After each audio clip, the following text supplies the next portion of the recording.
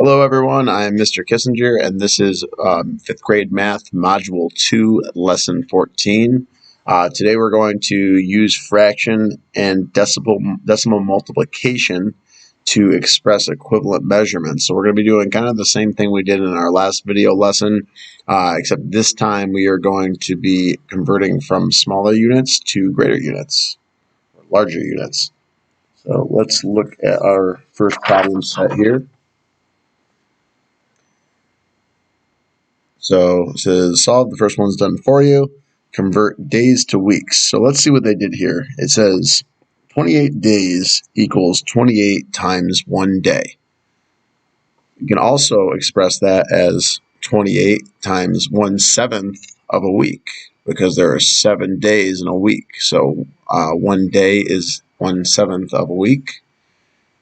We can also look at that as 28 sevenths of a week because we have 28 days. 28 times 1/7 would give us 28 sevenths of a week. Another way that we can look at that when we're using fractions are division.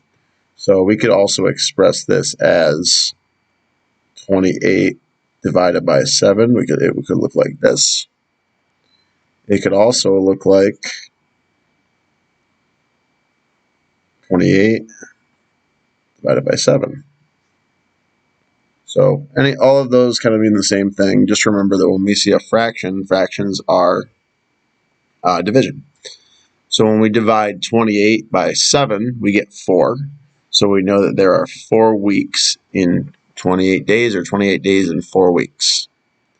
Let's try one together here.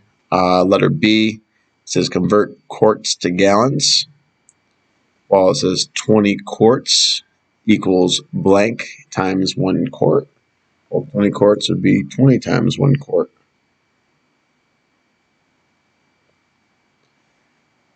So let's expand it a step further. It says blank times 1/4 of a gallon, because a quart is 1/4 of a gallon. So it'll be 20 times 1/4 of a gallon. So we could look at this as 20/4 of a gallon. Again, 20/4 is the same as 20 divided by 4. And if we do 20 divided by 4, we'll find out how many gallons are in 20 quarts, or how many 20 quarts are how many gallons. 20 divided by 4 is 5. So there are 20 quarts in 5 gallons. Letter C, we are converting centimeters to meters. Again, we're going from centimeters, a small unit of measurement, to meters, which is a larger unit of measurement. And we know that there are 100 centimeters in a meter. The way I always remember that is there's 100 cents in a dollar. There's 100 centimeters in a meter. So we'll have to start by doing 920 is 920 times 1 centimeter. So 920 centimeters, 920 times 1 centimeter. 1 centimeter is 1/100th of a meter. And if we multiply 920 by 1/100th, we would get 920 over 100, or you would get 920 divided by 100. When we divide by 100, we shouldn't need to do 920 and then divide by 100 and do our long division. We could do it that way, but it would take us a lot longer than if we know this trick here. When we divide by 100, we can just move our decimal places 2 places to the left, decimal point 2 places to the left, and that would give us 9 2/10 of a meter. 9.2. When we divide by 10, we can move that decimal point one place to the left. If we divide by 100, we'd move it 2 places. If we divided by 1,000, we could move that decimal point 3 places to the left. So whenever we're multiplying or dividing by a multiple of 10, we can check the number of zeros. That is the number of or powers of 10, I should say, that's the number of decimal places the decimal point is going to move to the left. We can do that with multiplication as well. We know that we're going to move, when we multiply by 10, we move our decimal point 1 place to the right. So if we had, 54 times 10, we'd have our decimal point here at the end of our number. If we moved it 1 place over, we had to fill in our 0, we'd have 540. If we divided 540 by 10, we just move that back over and we get 54. So that's a nice trick when we have, when we're multiplying or dividing by 10, by 100, by 1,000. So keep that in mind as we continue. Let's look at letter D. Convert meters to kilometers.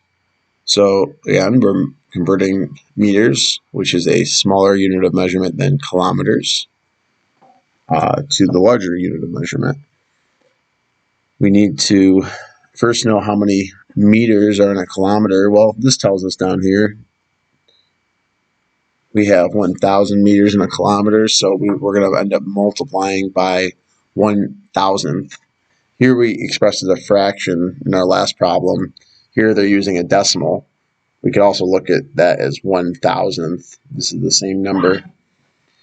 So 1,578 meters is 1,578 times 1 meter.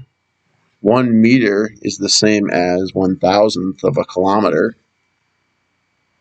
We have 1,578 times 1,000th.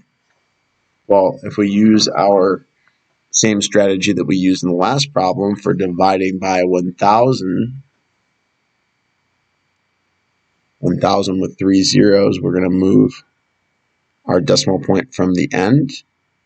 1, 2, 3, place values over,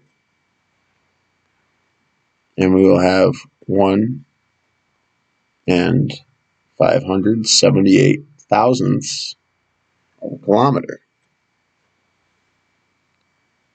So that can be really helpful when we're multiplying by those powers of 10 or dividing by those powers of 10. So let's convert grams to kilograms now. We have 6,080 grams, and we need to convert to kilograms. Well, we know that 6,080 grams is 6,080 times 1 gram. Well, how many grams are in a kilogram? You know that kilo, just like kilometers, kilometers, kilograms, there's 1,000 grams in a kilogram. So we need to use either 1,000th or 1,000th this way.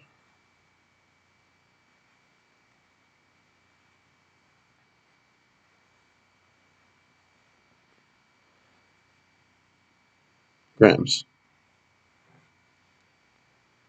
And what are we going to get when we do that? We have 6,080. Well, let's look at 6,080 like this. With our decimal point on the end, we'll move 1, 2, 3, place values over with our decimal point, and it's going to go right there between our 6 and our 0. So we have 680 thousandths of a kilogram.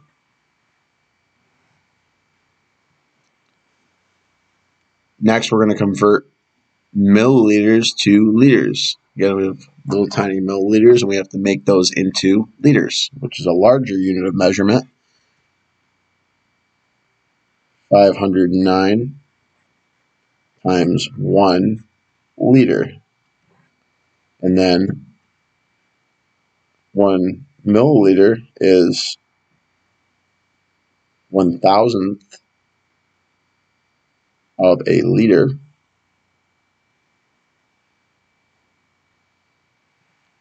So we'll have to do times 1,000th of a liter. So if we want to get to liters, we have to move our decimal point over to get to 1. Well, we have to move our decimal point here on our 509, 3 to the left. We're dividing by 1,000 or multiplying by 1,000th. Multiplying by 1,000th is the same as dividing by 1,000. Again, we could look at it like this. Or 1 over 1,000. We get 509 thousandths of a liter.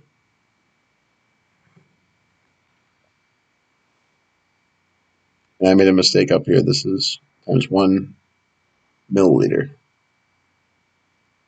And 1 milliliter is 1,000th of a liter. So this would be our answer. All right. So we'll try. Let's do one more here. That letter A was already done for us, so we'll look at letter B. A jug of syrup holds 12 cups. Convert 12 cups into pints.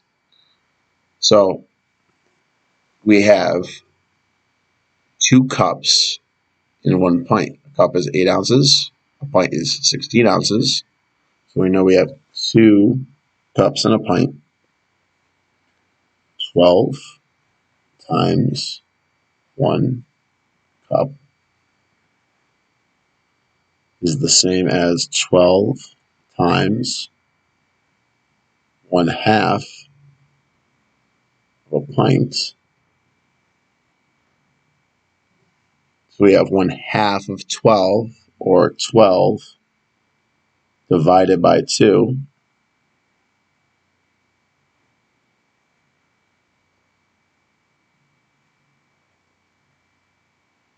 Pints. 12 divided by 2 is 6 pints. So when we're converting to a larger unit of measurement, we need to divide to make that conversion. And when we are converting to a smaller unit of measurement, we need to multiply to convert that measurement. So that should really be the takeaway between from lesson 13 and lesson 14. We're all done for today. Thank you guys so much for tuning in, and we look forward to seeing you next time.